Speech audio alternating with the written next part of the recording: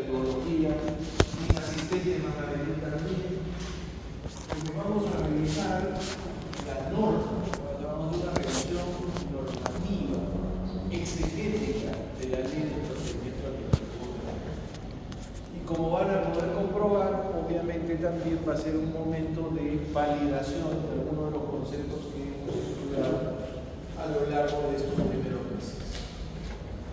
Piensen ustedes en el aparato estatal, en ese Estado de Derecho del que hemos hablado tantas veces.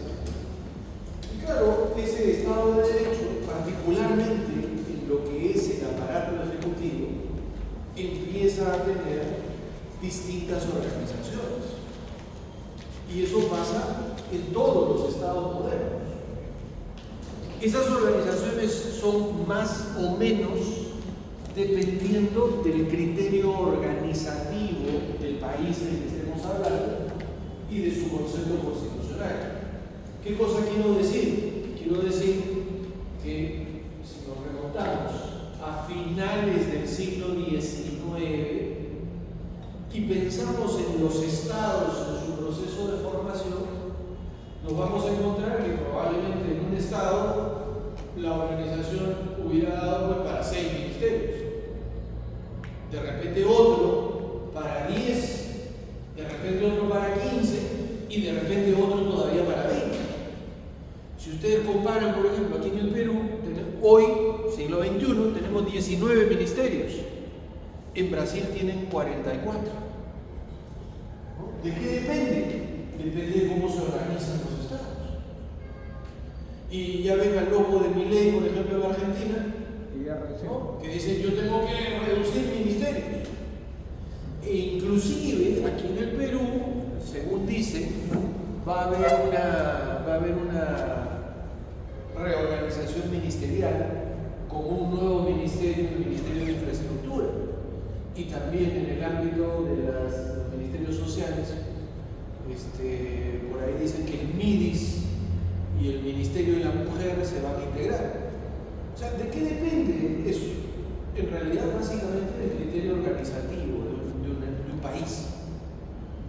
Es como cuando ustedes hacen su promoción. Vamos a ver la promoción. ¿Ustedes tienen presidente o tienen comité directivo?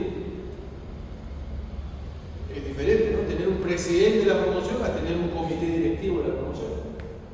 Y dentro del comité directivo, ¿qué puestos tienen? Seguramente van a tener un tesorero, no puede dejar de haber un tesorero. Alguien dirá: y tengamos un secretario de cultura. No sé, pues cultura, si nosotros no somos tan cultos. De repente cultura no, mejor pongamos deporte. Y así por el estilo. En los países, en los estados de finales del siglo XIX, el aparato ejecutivo da paso, o sea, cuando empezamos a mirar el aparato ejecutivo, da paso a distintas organizaciones. Y cada una de esas organizaciones, ciertamente, construye sus normas, construye sus regulaciones, construye los temas que tienen que ver con su competencia. Y así se va desarrollando el derecho administrativo en el mundo. Si nos transportamos a finales del siglo XIX y tú dices: a ver, quiero estudiar derecho administrativo, la respuesta en ese momento hubiera sido: no, derecho administrativo no hay como para estudiar derecho administrativo. Y entonces, ¿qué cosas se estudiaba a finales del siglo XIX? Por ejemplo, tú querías estudiar temas de derecho administrativo, entonces tenías que meterte a un curso de derecho agrario. Y cuando estudiabas derecho agrario, mirabas cuál era el rol que cumplía el Ministerio de Agricultura. El Ministerio de Agricultura asigna tierras, el Ministerio de Agricultura promueve cultivos, el Ministerio de Agricultura incentiva tecnología. O sea, el rol del Ministerio de Agricultura en el ámbito del derecho de agricultura. Si por ahí se te ocurría mirar, a ver, quiero ver temas urbanísticos, ¿Qué tenías que estudiar? Derecho de la vivienda. Y entonces en materia de derecho a la vivienda estudiabas lo que significaba construir una casa en una ciudad, cómo la casa en la ciudad necesita redes de agua potable y saneamiento, cómo la casa tiene que cumplir unas condiciones técnicas, entonces ibas al reglamento de construcción, al reglamento de edificaciones, al reglamento de zonas seriasas, al reglamento de utilización de zonas urbanas, etcétera, etcétera, etcétera. Y lo mismo pasaba si te interesaba el derecho al transporte, lo mismo resultaba si te interesaba el derecho de la pesca, el derecho de la minería, el derecho tributario, ¿no? Y el Estado empezaba a cobrar tributos. Bueno, hay toda una legislación tributaria que revisar. ¿Se entiende lo que les estoy diciendo? O sea, el derecho administrativo estaba salpicado por todos lados. Y eso era una constante, eso era una frecuencia, era una situación común en la mayoría de países del mundo. Hasta que las cosas avanzan. La materia avanza, el estudio de estos temas avanza. Y el gran pionero en esto es España. Perdón, los españoles son los grandes pioneros del desarrollo del derecho administrativo iberoamericano, porque como ya imaginarán, la influencia española rápidamente se traslada. Ahora, los españoles tienen una historia propia. Ustedes saben que a mediados del siglo XX España va a tener una dictadura, la dictadura franquista, que va a estar por muchos años en España, inclusive deponiendo al rey, y que es la dictadura franquista la que diseña un mecanismo de salida, en cuyo mecanismo de salida reinstaura al rey Juan Carlos I de Borbón, que es el padre de Felipe VII, el que gobierna ahora. Entonces, en ese proceso de salida de la dictadura, el año 58, a los españoles se les ocurre generar una ley general de procedimiento administrativo. O sea, son los primeros en concebir la idea de que el derecho administrativo debería tener una lógica central, general, a partir de la cual se pudieran construir las especialidades y no estar sometido a las especialidades. Porque ya imaginen ustedes, ¿cuál sería el concepto de acto administrativo en la legislación agraria? Sería el mismo concepto de acto administrativo en la legislación del trabajo. Sería el mismo concepto de acto administrativo en la legislación de vivienda. Eso podía generar muchas distorsiones, muchas maneras distintas de entender el derecho administrativo. Y por eso empuja fuertemente el año 58 con la primera ley del procedimiento administrativo general español. Año 58. Mientras eso le estaba pasando a los españoles en el año 58, ¿qué pasaba en el Perú? El Perú estaba viviendo un pequeño, mejor dicho, en el año 58 el Perú empezaba un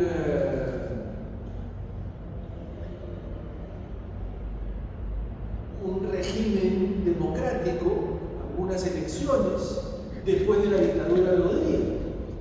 Ustedes recuerdan la dictadura de Rodríguez desde el 48 al 56.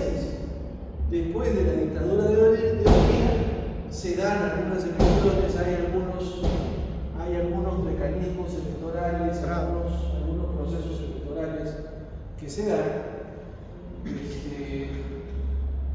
Y claro, digamos que el país no está preocupado en el tema administrativo, está preocupado en otras cosas.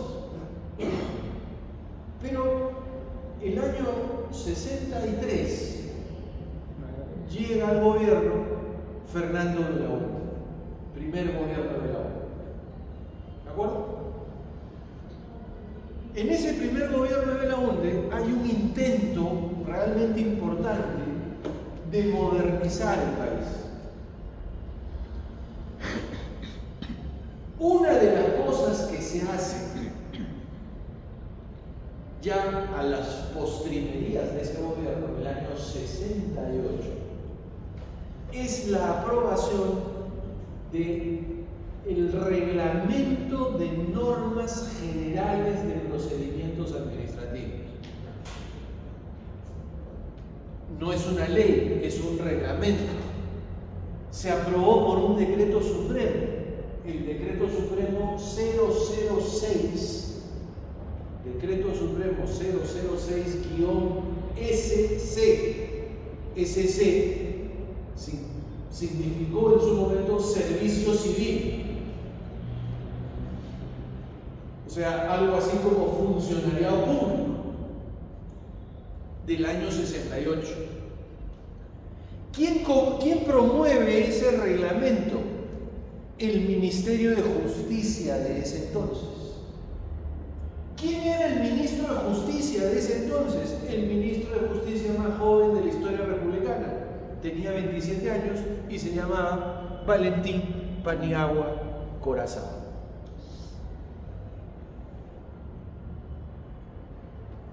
¿Estamos? Ese reglamento de normas generales de procedimientos administrativos, ¿a quién creen que miraba? O dicho entre nos, ¿de quién creen que se copiaba? De la ley española del año 58. ¿De acuerdo?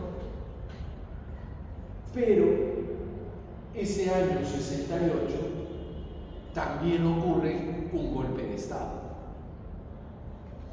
El golpe del gobierno revolucionario de las Fuerzas Armadas. Y ese gobierno militar que se instaura en el Perú en el año 68 nos va a acompañar hasta el año 80. 12 años con un cambio de gobierno, ¿verdad?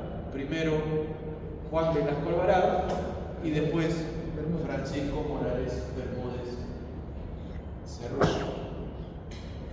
¿Qué pasó con este reglamento en todo este tiempo? No mucho. Los militares no lo derogaron. Los militares lo utilizaron en cuanto les fue útil. Pero la lógica del gobierno militar siempre fue una lógica de fueros particulares.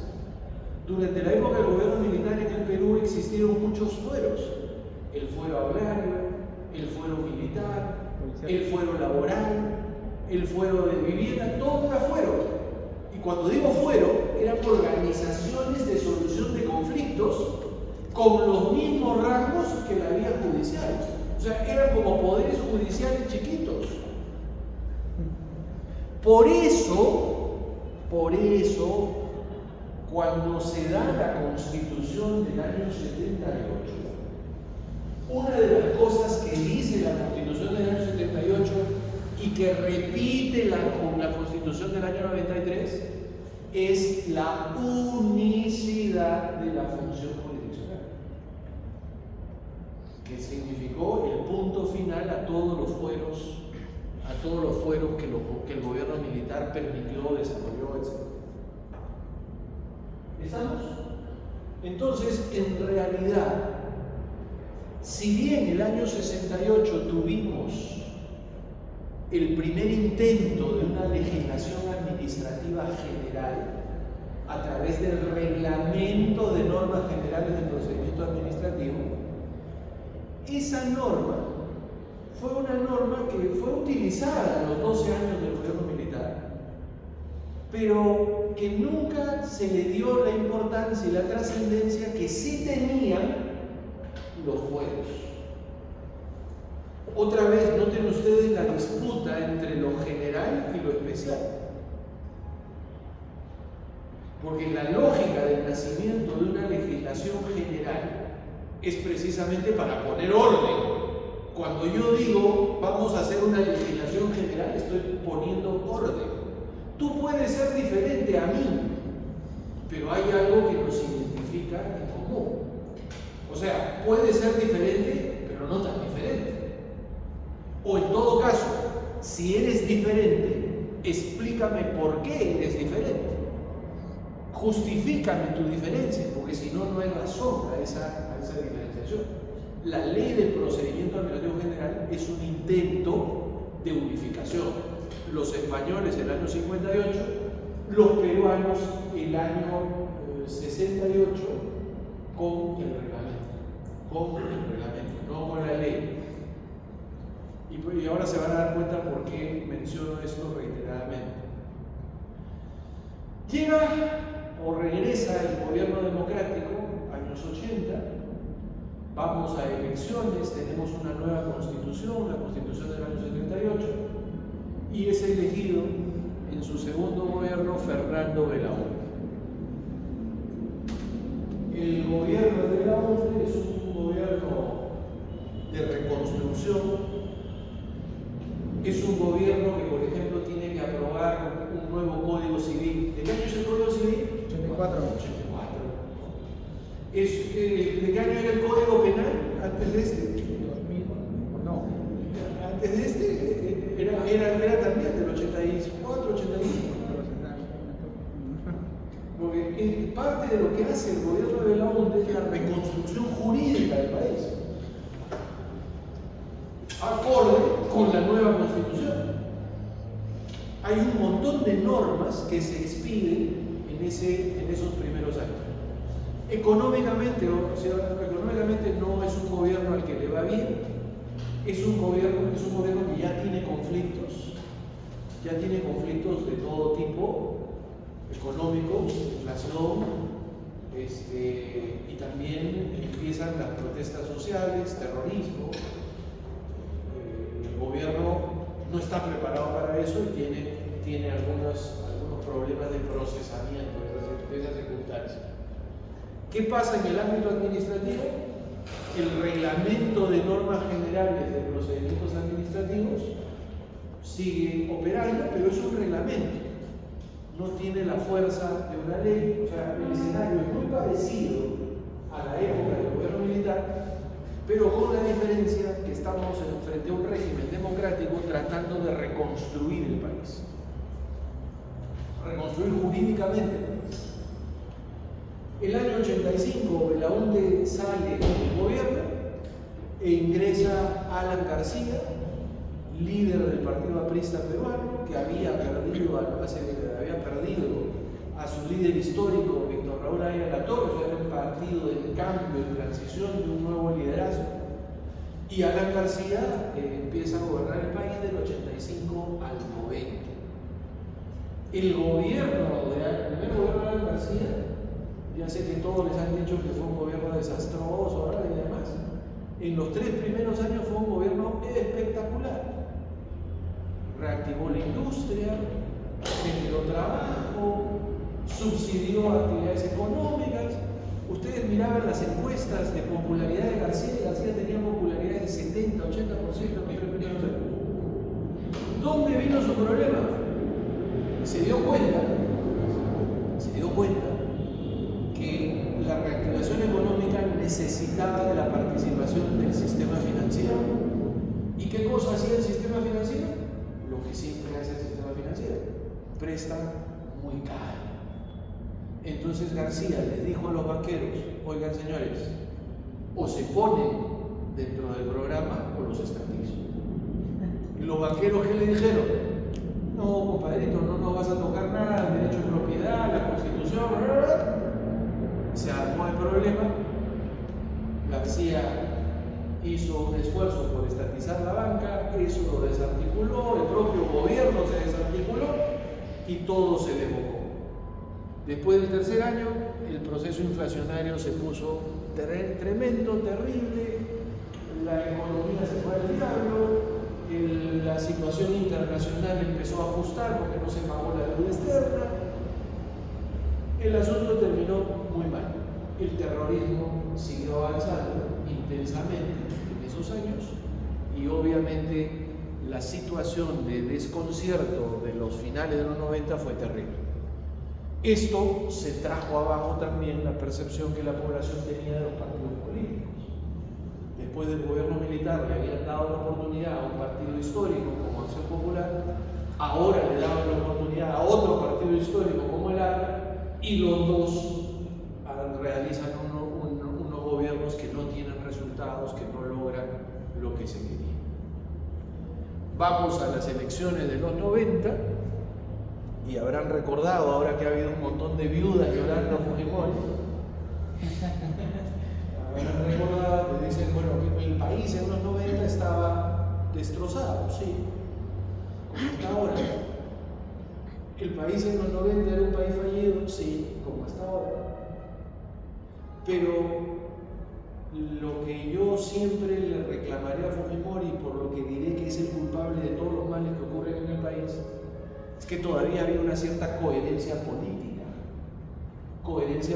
que Fujimori se llevó de cuenta. ¿Qué ocurrió en los 90? Vargas Llosa se presentó al electorado a lo Milei, le dijo: acá hay que meter un corte, acá hay que estabilizar la moneda, acá hay que reducir la burocracia, acá hay que privatizar, acá hay que prácticamente con cierre. ¿Qué cosa le dijo Fujimori al electorado? No, esto se puede hacer de otra manera. Hay otras formas de hacerlo, esto se puede hacer gradualmente y demás. ¿Quién ganó las elecciones? Fujimori. ¿Qué tenía que hacer? Lo que había prometido. ¿Qué hizo? Todo lo contrario. Ese día se prostituyó la política.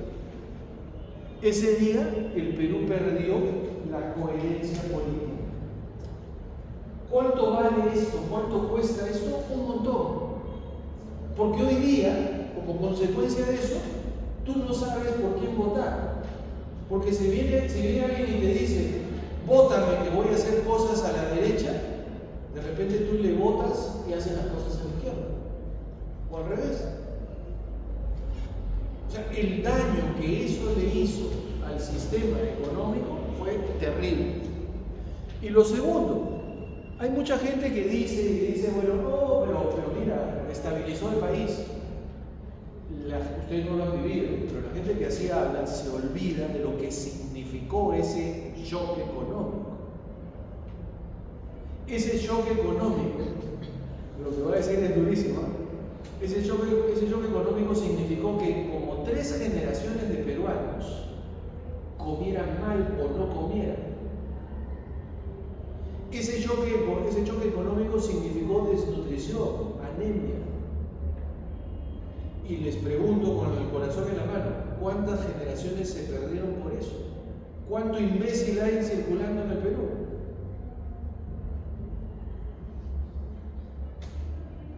Por temas de alimentación. Ustedes son universitarios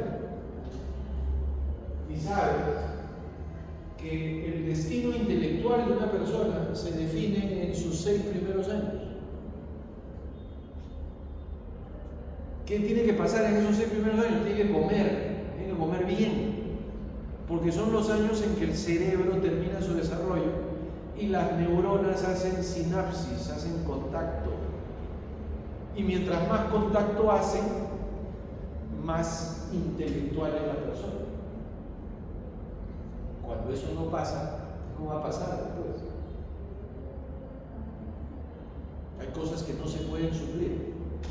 En fin, pero esa es una discusión política, ¿no? Es una discusión política y ustedes ya saben que yo les he dicho hasta el cansancio, mi posición política la conocen.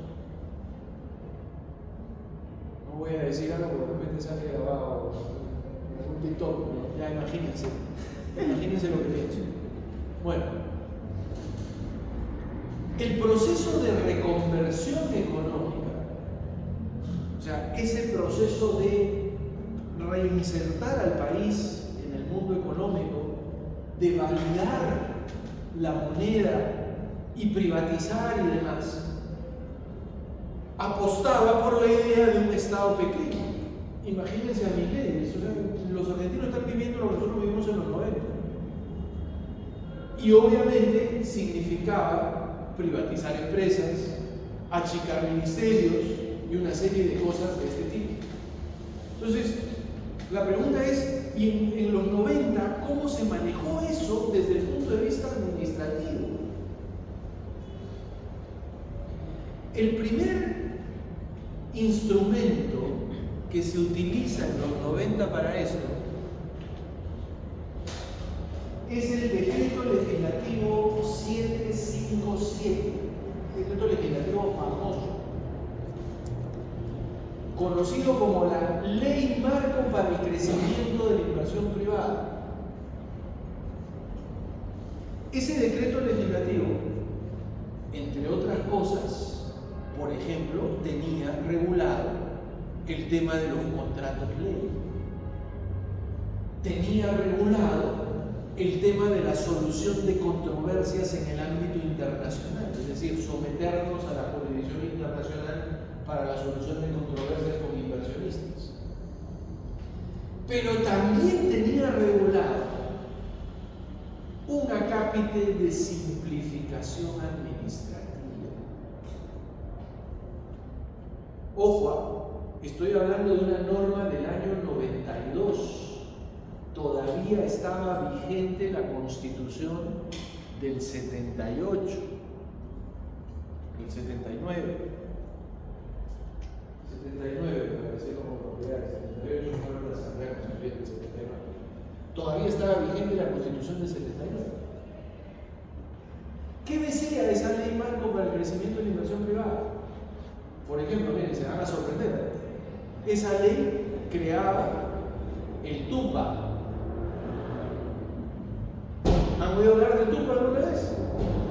El TUPA es el Texto Único de Procedimientos Administrativos y obligaba a que todas las dependencias públicas establecieran un listado de todos sus procedimientos luego de haberlos pasado por un proceso de reducción. Ese acápite de la Ley de Procedimiento Administrativo también establecía regulación sobre los derechos que el Estado podía cobrarle a los particulares. Obviamente en la lógica de reducir cobros. Esa ley, ese capítulo de la Ley Marco para el Crecimiento de la Inversión Privada también obligaba a simplificar procedimientos administrativos. O sea, entre todo el articulado tenía un capitulito dedicado a tratar de modernizar la administración pública. Año 92. Año 92.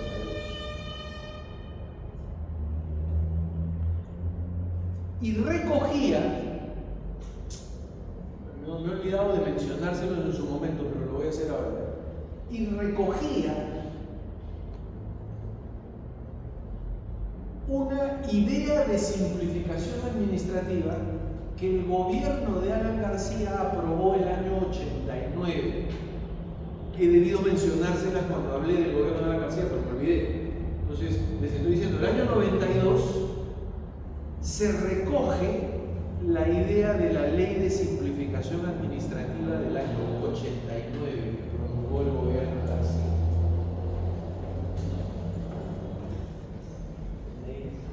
Ley de Simplificación Administrativa. ¿Y cuál era el gran concepto de la Ley de Simplificación Administrativa? ¿O cuáles eran los grandes conceptos de la Ley de Simplificación Administrativa? Dos. El primero, presunción de veracidad. ¿Qué quiere decir? El administrado, el ciudadano, no tiene que probar, no tiene que acreditar documentalmente las cosas que le dice a la administración. Y la administración tiene que creer. Si un ciudadano va y le dice a la administración, mi domicilio está ubicado en calle Los Próceres 540, hasta antes de esta Ley de Simplificación Administrativa del año 89, y su validación del año 92, ¿qué cosa tenía que hacer la persona? Tenía que ir a la comisaría y pagar unos servicios para que un policía fuera a la dirección de su casa y verificara que en esa casa vivía la persona. Eso es lo que se llamaba un certificado domiciliario, o también conocido como constatación policial. ¿Se imaginan? La ley de simplificación administrativa cambia esto. Dice, a partir de ahora, si tú me dices que vives en esa dirección, yo te creo. No tengo por qué no creerte. Interesante, ¿verdad? Claro, interesante, pero también peligroso. Pero aquí viene el tema, ya, les creemos a todos. Eso presupone o asume o cree que todos dicen la verdad. Pero ¿y qué hacemos con los mentirosos? En un país como el nuestro, donde la mentira es una práctica aceptada. En el Perú tú puedes mentir, no pasa nada. Es más, hasta te dicen, si te descubren la mentira, ¿qué te dicen? Niega. Traposo, o niégalo, o niega. O sea, es una práctica cultural, no me siento orgulloso de decirlo, pero es verdad.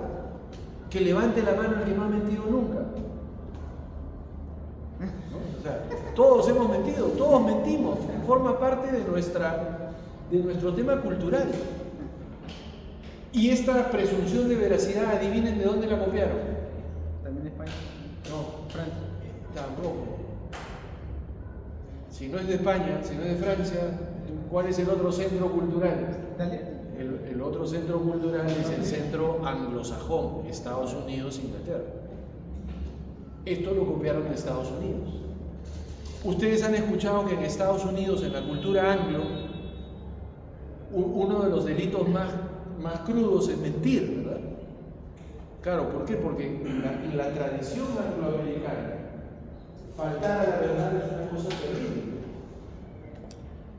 Podríamos decir que el esquema es un esquema construido sobre el honor de la palabra. Los norteamericanos, por ejemplo, cuando celebran un contrato, terminado el contrato, se dan las manos. Los juramentos, ¿no? Ni siquiera juramento, cuando el TLC entre Perú y Estados Unidos, el TLC se cerró con un apretón de manos. Simbólicamente para el anglo, si te doy la mano, estoy comprometido en mi palabra. Y yo digo la verdad.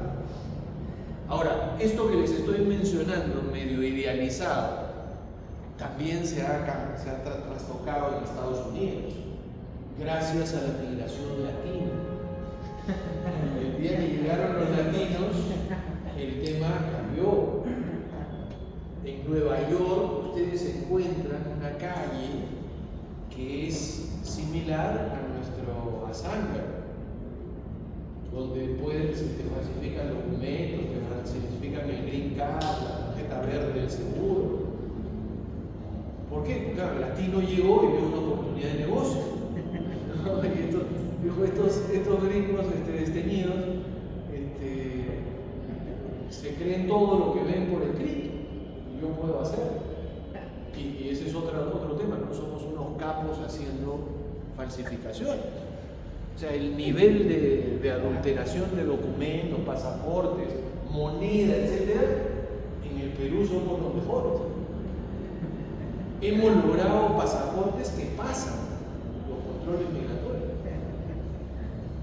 O sea que no somos cualquiera. Tenemos nuestro nivel. Bueno, esto ocurrió el año 92. El año 93 viene la elaboración de la nueva Constitución. Perdón, había dos conceptos, tiene razón, me estoy hablando, gracias. Uno era la presunción de veracidad. El segundo, el silencio administrativo positivo. ¿Han oído hablar del silencio administrativo positivo? ¿Qué cosa es el silencio? Bueno, no es nada. El silencio es la no manifestación de voluntad. María, ¿me quieres? Ella no dice nada. María está callada. ¿Me quiere o no me quiere? Problema, ¿no? Problema porque no sé qué cosa es lo que piensa. ¿Cómo funciona esto en el derecho civil? ¿Existe o no existe la manifestación de voluntad tácita? Sí. Solo cuando está pactada. Solo cuando está pactada, porque conceptualmente no existe. Si yo te mando una carta y te digo, te vendo mi casa y tú no me contestas, ¿la compraste? No. Entonces la manifestación de voluntad no existe, salvo que yo la diseñe y diga, te voy a mandar una carta y tú vas a tener 5 días para contestar. Y si no me contestas, yo voy a entender que sí. ¿Estás de acuerdo? Tú tienes que estar de acuerdo con el mecanismo. Y cuando estás de acuerdo con el mecanismo, ok, funciona. Pero el concepto es, en principio no. En principio, la no manifestación de voluntad, ¿qué significa? Nada. Y nada está más cerca de no o de sí. Obviamente de no. Porque cuando tú le mandas algo a alguien, normalmente quieres comprometerlo, quieres obligarlo a alguien. ¿No? Quieres que asuma algún tipo de obligación. Pero no le digo, oye, ¿te fuiste a la fiesta? Yo soy tu padre y no te di permiso. Pero papá, yo te dije, sí, pues, pero yo no te contesté nada. Pero me fui. Yo entendí que sí. Qué vivo eres, sapo eres boca. Papá no te ha dicho nada. El que no dice nada está diciendo no.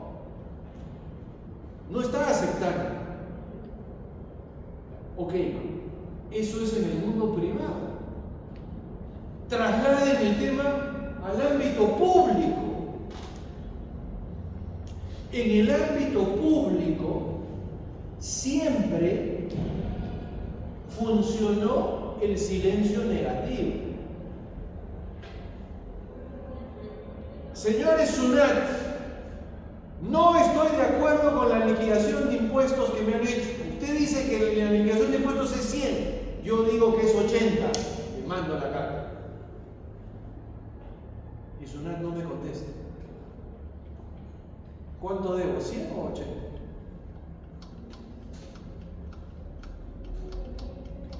¿Cuánto debo? 100, pues. Claro que debo 100, oye, pero SUNAT no me contestó. Si no te contestó es que no, pues. ¿De acuerdo? Siempre había sido así. ¿Qué pasó el año 92? El año 92, los neoliberales peruanos dijeron, oye, esto perjudica al inversionista. ¡Qué barbaridad el inversionista! Mira, está con su plata que quiere poner en el Perú. Le hace pedidos a la administración y la administración no le contesta. ¿Cómo va a ser que no? Hay que castigar a la administración. ¿Cómo la castigamos? ¿Cómo la castigamos? La castigamos con silencio administrativo positivo. Si tú no contestas en el plazo, ¿qué cosa va a entender en particular? Que se has acertado. Señores SUNAT, usted dice que yo debo 100, pero yo he hecho mi cálculo y solo debo 80. Le manda su cartita a la SUNAT y la SUNAT no te contesta porque se le pasa, porque no puede, por lo que fuera. Y entonces, ¿cuánto debes a partir de ahí? 80. Así de bruto, así de loco este asunto. ¿Se dan cuenta? Estamos en un mundo ideológicamente neoliberal. ¿A quién beneficia eso? Obviamente al inversionista, al ciudadano. ¿No? Pero obviamente al Estado no le interesaba a cualquier ciudadano. Le interesaba el ciudadano que tenía algún tema de inversión. El año 94, el reglamento de normas generales de procedimientos administrativos es elevado a la categoría de ley. El reglamento de normas generales de procedimientos administrativos es elevado a la categoría de ley.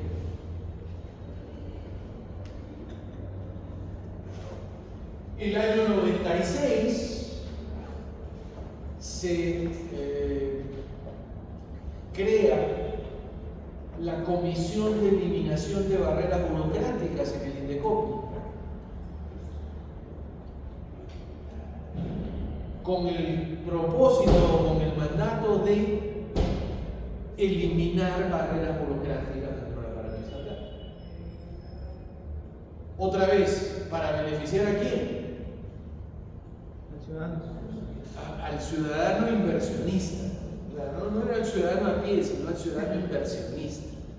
Entonces, se dan estos pasos en una lógica de simplificación administrativa, buscando reducir la tramitología y buscando modernizar el aparato estatal de forma tal que facilitara la inversión privada.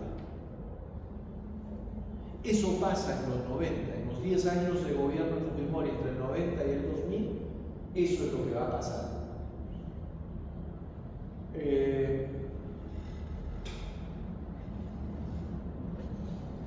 El año 99, los datos son importantes, el año 99 era ministro de Justicia mi maestro de Derecho Administrativo.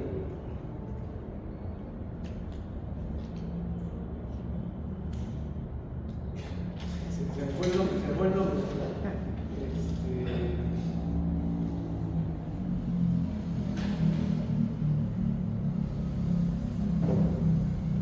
Fue el penúltimo premier de Fujimori, antes de Salas.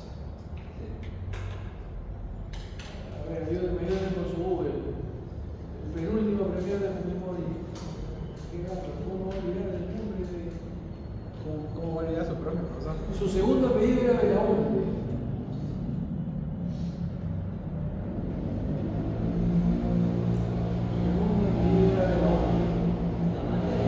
Bustamante Belaúnde, gracias. El nombre era Alberto, ya, Alberto. El año 99 era ministro de Justicia, ministro de Justicia, Alberto Bustamante Belaúnde, ya me acuerdo. Fue mi profesor. O sea, si yo me dedicaba al derecho administrativo fue porque llevé el curso con él, lo admiré muchísimo, fue un curso espectacular. Y todavía recuerdo el curso. Todo el semestre estudiamos silencio administrativo. Para que vean lo que puede dar el tema de silencio administrativo. Él, año 99, se da cuenta y dice: en el Perú han habido muchos cambios. A partir de la Constitución del 79, los 90, y la ley del procedimiento administrativo lo único que ha tenido es una elevación de jerarquía. Era un reglamento del año 68 y lo hemos convertido en ley en el año 94. Se han reducido los ministerios, se ha reorganizado la visión estatal del Estado, la lógica de privatización, o sea, ha cambiado el país. El país no es el mismo al finales de los 90 que al principio de los 90.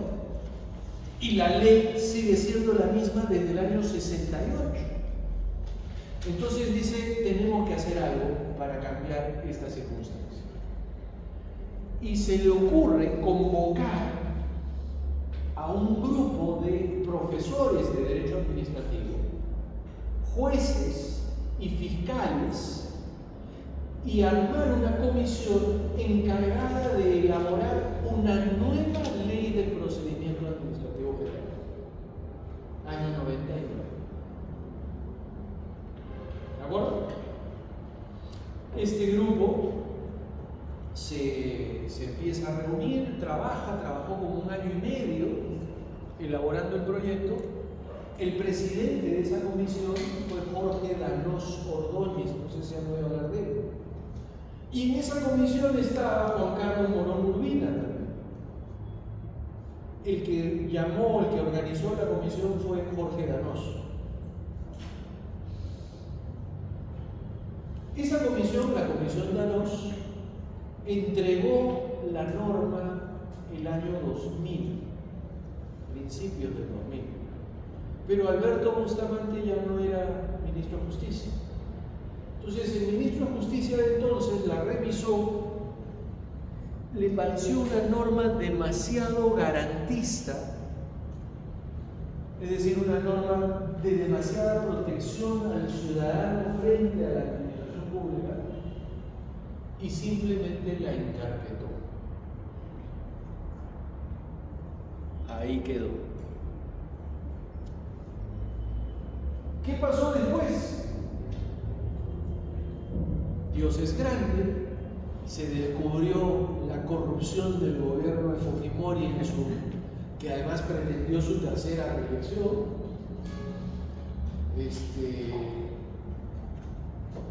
Eso ocurrió en abril del 2000, abril del año 2000.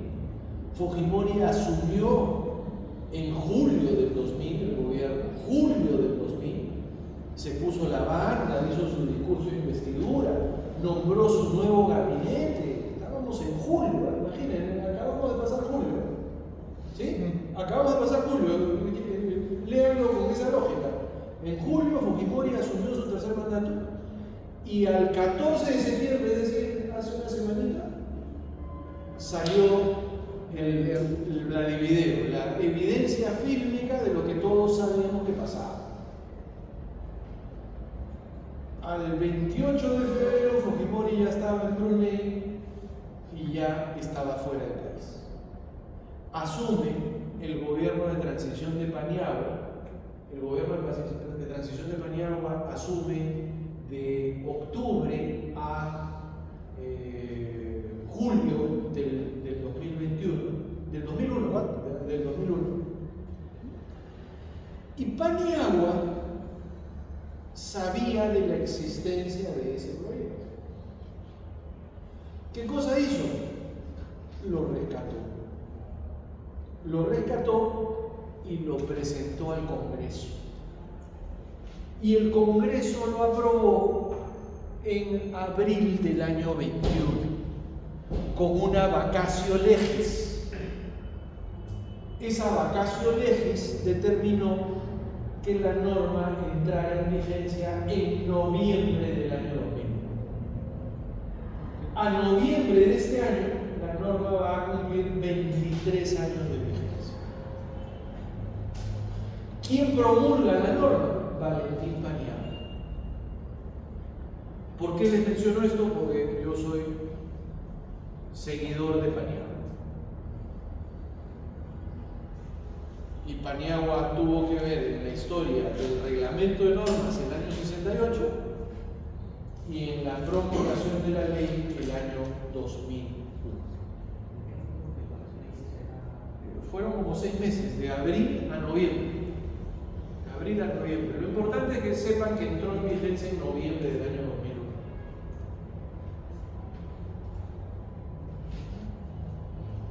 ¿De acuerdo? Muy bien. ¿Qué hay con la ley? ¿Qué hay con la ley? Lo digo en sencillo. La ley es el Código de Derecho Administrativo. El Código de Derecho Administrativo. El reglamento tenía 50 y tantos artículos. 50 y tantos artículos. Miren su ley, ¿cuántos artículos tiene? 200, creo que son. 240 y tantos, creo que más.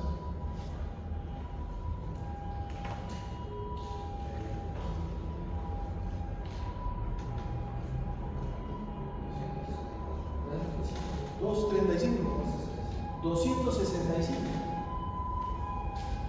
El acto administrativo del reglamento tenía 3 artículos. El acto administrativo en la ley tiene 30 artículos. Entonces, es un esfuerzo por reescribir el derecho administrativo moderno. Es un esfuerzo importante por reescribir el derecho administrativo moderno. Segunda característica, es una ley sumamente verbosa. Tú puedes ser de redacción corta, directa. Esta ley, la van a leer conmigo, es una ley verbosa, ¿sí? Para decir algo usa 500 palabras. Y algunos dicen que eso es culpa de que los profesores estaban ahí. Al profesor le gusta hablar, a veces de más y a veces no bien. Eso es un tema. Es una ley reiterativa. Te vas a encontrar varios artículos que están varias veces. O sea, que están puestos varias veces. Sin embargo, es una ley que trata integralmente las instituciones principales del derecho administrativo.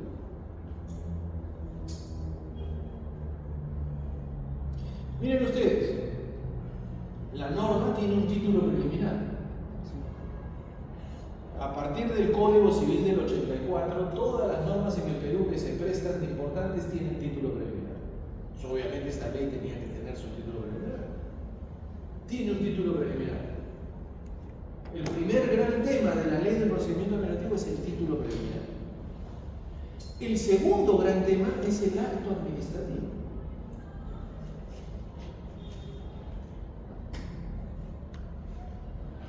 Miren ustedes ahí, acto administrativo.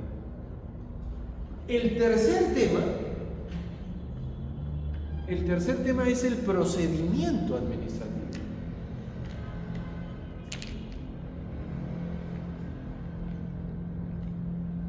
El procedimiento administrativo. Ya, ahí salten, digan, oiga, resulta que el procedimiento administrativo es uno de los temas de la ley. ¿Sí? O sea, yo les estoy hablando de los 3 primeros temas: título preliminar, acto administrativo, procedimiento administrativo.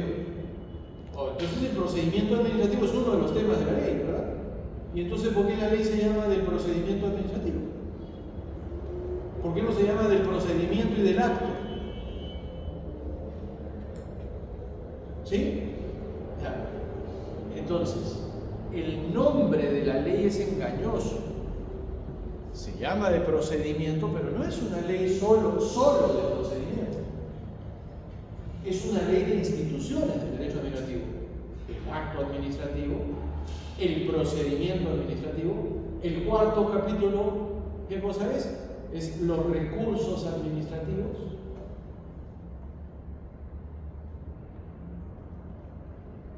El quinto tema, los procedimientos especiales. Y el sexto tema, la responsabilidad de la administración. Un tema de fantasía, eso que la administración va a indemnizar por los daños que causa. Ya se imaginan, ¿no? Ciencia ficción, fantasía, Disney World o algo así. Está regulado los casos en que la administración tiene que indemnizar por las burradas que cometen en perjuicio de los ciudadanos. Entonces, el nombre de la ley es engañoso. Es engañoso. Porque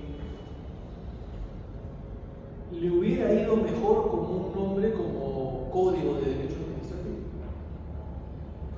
Ahora, ¿por qué no le cambiaron el nombre? Por un tema de tradición del propio derecho administrativo. Lo hemos visto, ¿ya? Yo lo he mencionado en algún momento en nuestras conversaciones previas, pero ahora lo van a ver con más claridad todavía. El derecho administrativo es un derecho de la actividad. El derecho administrativo se hace haciendo. Así nació. ¿Recuerdan cuando nació en Francia? el Comité de Salud Pública, el directorio, necesitaban reglas ¿para qué? Para hacer cosas. Entonces, todas las reglas en el ámbito administrativo son reglas de actividad. Puedes hacer esto o no puedes hacer esto otro. Principio de legalidad. Entonces, el derecho administrativo es un derecho de cómo se hacen las cosas. Y eso se llama procedimiento. El procedimiento significa manera de hacer.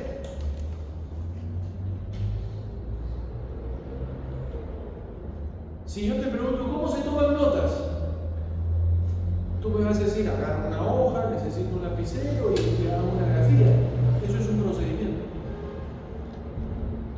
Eso es un procedimiento. Si yo te digo, ¿cómo se llega al salón de clase? Ocha, profe, hay que subir las escaleras. Eso es un procedimiento. Subir las escaleras es un procedimiento. Porque el procedimiento no es otra cosa que una forma de hacer. Entonces, cuando la norma habla de procedimiento administrativo general, no está hablando solo de una forma jurídica de hacer. Está hablando de todas las formas de hacer de la administración. ¿Ven la diferencia? Y claro, la segunda razón de mantener ese nombre es la razón histórica. Es decir, así se ha llamado siempre. Y no solo aquí en Perú, también en Francia, también en España, también en Argentina, también en los otros países que mantienen la tradición iberoamericana. ¿De acuerdo? Ahora, esta ley del procedimiento administrativo tiene ya 23 años. En estos 23 años ha sufrido algunas reformas importantes. La primera reforma importante que sufre la ley es el año 2008, gobierno de Ollanta Humala.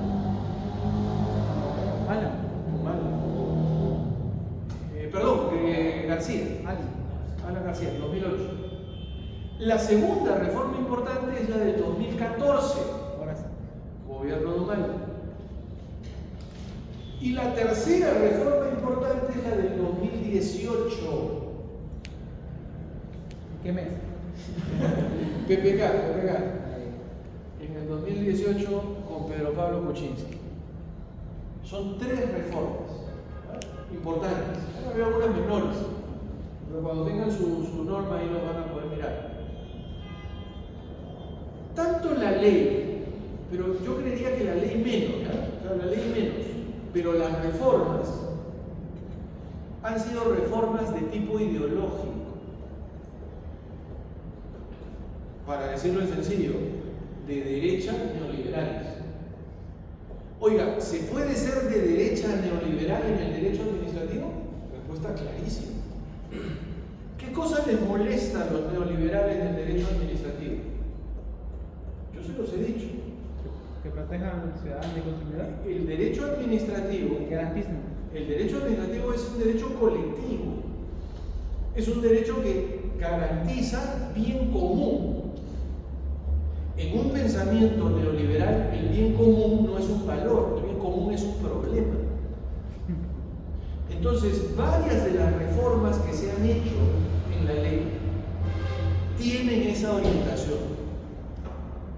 ¿Por qué les menciono esto? Porque claro, el resultado final, ¿qué cosa es?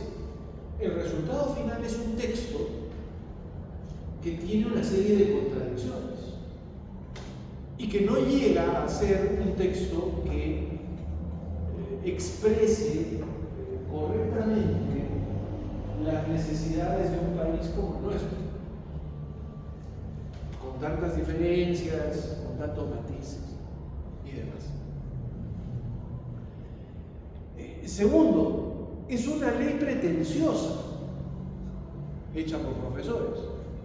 ¿Qué quiere decir que es una ley pretenciosa? Es una ley de punto de partida, de primera piedra. Es un poco la ley que dice, miren, todo lo que ha habido antes ya no sirve, ya no, yo lo he vuelto a escribir. yo lo he vuelto a hacer y a partir de acá se entiende de nuevo. Eso es una ley pretenciosa. Es una ley que apuesta por la existencia del derecho administrativo como una materia completa, común, única, equiparable al derecho civil, al derecho procesal civil, al derecho penal. O sea, de ese rango, de las grandes materias. Y sin embargo, esto también se los he dicho yo.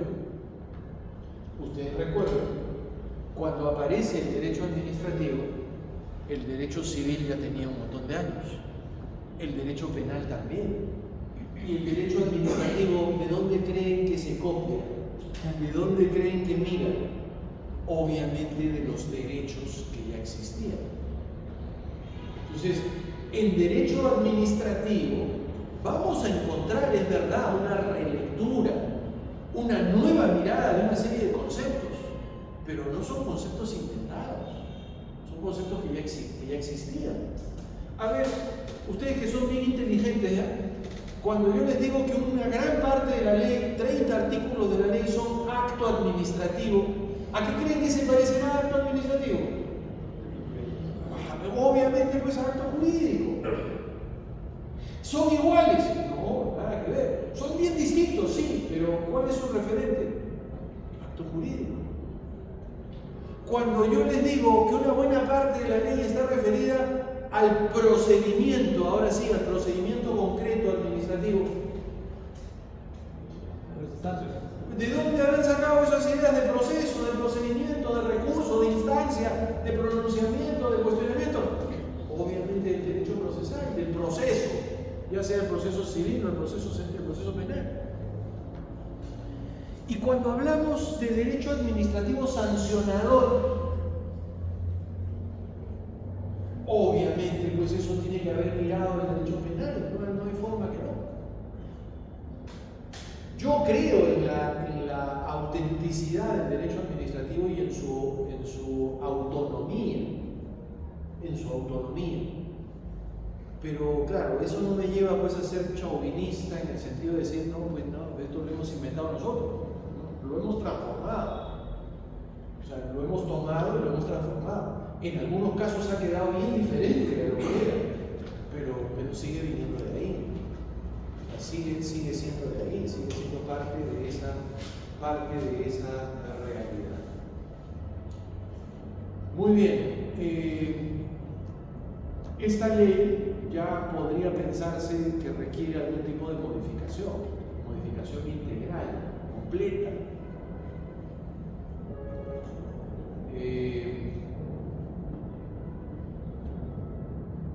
No ha habido un intento, por ejemplo, en los gobiernos posteriores a Kuczynski, Vizcarra nunca se lo planteó, Sagasti no, Castillo no, y la señora que funge presidenta menos. En algún momento, y se los comento porque creo que les va a tocar a ustedes, en algún momento va a tener que pensarse una reforma estructural de la ley de procedimiento administrativo general. Ustedes me dirán, pero ¿cuál es el argumento para esa reforma? Porque con esa lógica me podría decir que el Código Civil del 84 tenía que cambiar. ¿No? Han habido comisiones, intentos de cambio del Código Civil del 84. El tiempo siempre amerita cambios en la legislación. Esa es una razón, pero no es la única. O sea, lo que tiene el cambio de la ley de procedimiento administrativo tiene que ver con las mutaciones que ha sufrido el Estado todo este tiempo. El Estado de este momento no es el mismo de finales de los 90, de principios de los 2000. Y lo que yo les digo, ¿no? O sea, yo soy su profesor que les he repetido hasta el cansancio, estamos en un Estado fallido. ¿Qué quiere decir? Necesitamos uno nuevo. Entonces, dentro de lo nuevo que necesitamos, vamos a necesitar una nueva constitución. Vamos a necesitar un nuevo código de derecho administrativo. Y sigan sumando, ¿no? Todos los otros códigos también. Porque el derecho administrativo regula la manera como las entidades que ejercen poder público se relacionan con los particulares. Ese mecanismo de relación está roto, está herido de muerte. Va a tener que replantearse, va a tener que reescribirse. Y cuando se reescriba se necesitará ciertamente de un nuevo derecho para esto. En todos los ámbitos. Entonces es una tarea todavía inacabada, es una tarea que van a tener que acometer, es una tarea que van a tener que revisar en el tiempo.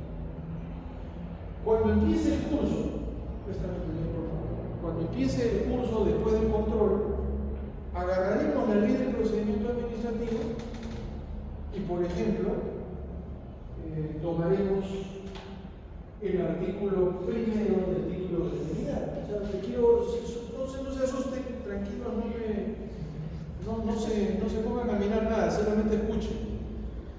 Tomaremos el texto del artículo primero de la ley del procedimiento administrativo. Es más, imagínense que hoy día fuera nuestra primera clase de derecho administrativo. Y yo los hubiera saludado, les hubiera dicho, muchachos, ¿cómo están? Van a estudiar derecho administrativo. Entonces vamos a seguir la ley del procedimiento administrativo. Abran su ley, artículo primero. ¿De acuerdo? Están en la primera clase de derecho administrativo. Artículo primero dice, la ley esta será de aplicación para todas las entidades de la administración pública. ¿Entendieron? Sí, ¿verdad? Va a ser aplicable a todas las entidades de la administración pública. ¿Me sigue o no? ¿Qué cosa es la administración pública?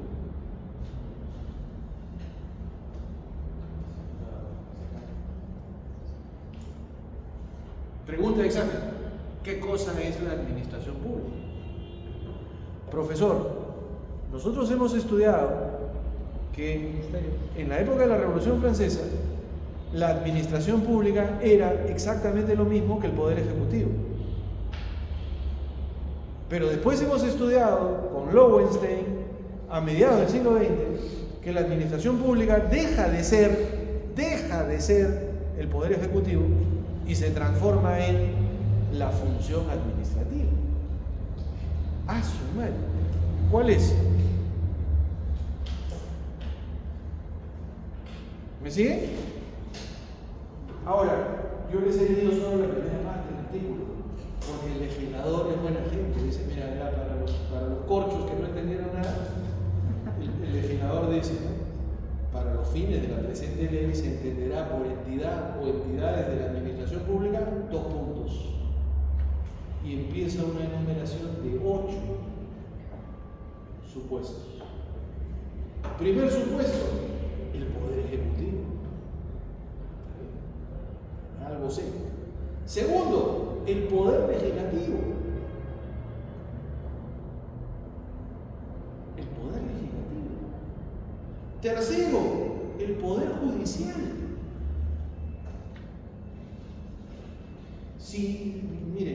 Si los profesores, si ustedes le llevan esto a un profesor sanmarquino clásico, antiguo, y le dicen, oiga, profesor, ¿qué piensa de que la ley diga que la administración pública es el poder legislativo y el poder judicial? El pobre se muere, le da un ataque, le da un infarto, y dice, ¿qué es esto? ¿Qué es esto? ¿Me siguen? ¿Ustedes lo pueden explicar? ¿Ustedes pueden explicar por qué dice que la administración pública es el poder legislativo? ¿Por qué dice que la administración pública es el poder jurisdiccional o el poder judicial? Porque todos realizan actos administrativos. No, ya me estás palabreando. Tú estás cerca, pero estás cerca, pero estás chusco. Te falta la finura del concepto. Porque en realidad yo tengo que leer y entender que cuando la ley dice que se aplica a las entidades de la administración pública y dice que una entidad de la administración pública es el poder legislativo, En realidad lo que me está diciendo es que el poder legislativo desarrolla función administrativa. Y en tanto desarrolle función administrativa, a esa función administrativa que desarrolla el poder legislativo se le aplica, ¿qué cosa? La ley, pues. ¿Y qué cosa es la ley? La ley es el derecho administrativo. ¿Me sigue? Esto es un pequeñito detalle. De estos hay muchos más, hay muchos temas más, porque ya viene la concreción. O sea, todo lo que hemos hablado a lo largo del curso ha sido hasta aquí teórico. Nos hemos movido en la estructura del concepto, de la idea. Ahora vamos a ver cómo eso se ha plasmado normativamente y qué consecuencias tiene. Habrán cosas que están equivocadas también y las señalaremos. Decimos, oye, acá hay un error. Esto no funciona así, está mal diseñado. ¿Estamos? Miren el empeño en el que nos vamos a meter. Ahora, hay una paradoja en todo esto. La paradoja es la siguiente. ¿Esta ley es una ley para abogados o es una ley para ciudadanos? ¿Qué creen ustedes? Obvio, si regula las relaciones de los ciudadanos con la administración, debiera ser una ley fácilmente comprensible por ciudadanos. Entonces, por ejemplo, si yo los mandara a leer la ley, les dijera, a ver, 2 semanas léanse la ley y a la tercera les tomo un control de lectura. No, profe. No debería haber problema. Ustedes son ciudadanos por encima del promedio. No son mi madre que con las justas terminó el colegio. ¿No? Ustedes ya están en la universidad. Siendo que debiera ser una ley para el común de los ciudadanos, es una ley compleja. Es una ley que tiene mucha dogmática. Es una ley que tiene mucho contenido jurídico. Entonces, esa es una debilidad porque no cumple su finalidad. Ustedes recordarán, por ejemplo, a partir del año 98, 99, empezó una moda muy fuerte que nos llevó de encuentro a todos los abogados, que para tramitar los procedimientos administrativos no se necesitaba abogado. Antes había defensa cautiva. ¿Saben lo que es defensa cautiva? Claro, cautiva es porque está prisionera. La defensa cautiva es aquellos procesos donde es imprescindible que intervenga el abogado. En los procedimientos administrativos había defensa cautiva. Es decir, si tú querías hacer un trámite en el Ministerio de Educación o querías hacer un trámite en el Ministerio del Ambiente o lo que fuera, necesitabas abogado, firma de abogado. Y ojo, muchachos, de eso vivimos nosotros, ¿eh? De eso iban a vivir ustedes también. Pero a partir del 98 vino la moda de que son procedimientos que pueden tramitar las personas naturales, entonces ya no es obligatorio abogado. Si tú quieres tener abogado, puedes tenerlo, pero no es obligatorio. Entonces, desde esa perspectiva,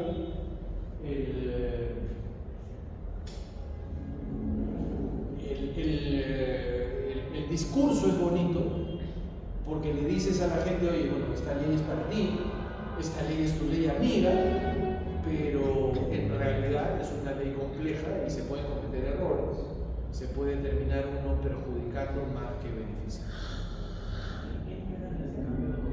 98 empezó en Indecopi. Indecopi fue el primero que eliminó eso y de ahí vinieron todos los demás. O sea, las entidades decían, mira cómo soy de simplificación administrativa que acá puedes litigar sin abogado. Y lo cual era un sinsentido, porque muchas veces, hoy día la litigación administrativa es la más compleja. Es la más compleja que la civil, más compleja que la constitucional, más compleja que la penal. y la que económicamente tiene más impacto. En el mundo del derecho administrativo están los temas donde está el billete, donde está la plata. Porque efectivamente no tiene que ver con gastos del Estado también, con compras del Estado, con decisiones del Estado, con temas que rebotan necesariamente en los inversionistas privados. Contrataciones, sanciones. Un ámbito muy potente del derecho administrativo es el derecho administrativo sancionador. Las empresas, todo el mundo está pagando multas enormes siempre. Entonces, se requiere abogados en esa área especializada. Bueno, eso es lo que vamos a hacer. Lo que yo les pediría es que como ejercicio, como deporte, léanse el título preliminar. Léanse el título preliminar y a ver si ven reflejado lo que les estoy diciendo. Y claro, a este nivel, un alumno que ha hecho bien su curso hasta acá debiera leer el título preliminar y no tener problemas, entenderlo todo. Así se pueden medir ustedes, decir, a ver qué tan bien estoy, qué tanto he avanzado. ¿De acuerdo? Muy bien, hay que llenar esta hojita, no sé, esta hojita más aburrida, ¿verdad? Que llenarla.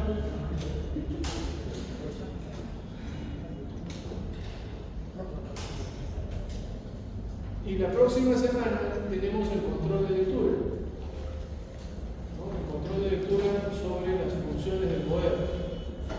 La próxima semana seguro les van a repartir también ya sus controles y sus exámenes. Lo que me han dicho es que también, que no hay de qué preocuparse en general, que la mayoría está bien. No te escucho, Jorge. 757. Decreto legislativo 757. Ley marco para el crecimiento de la inversión privada.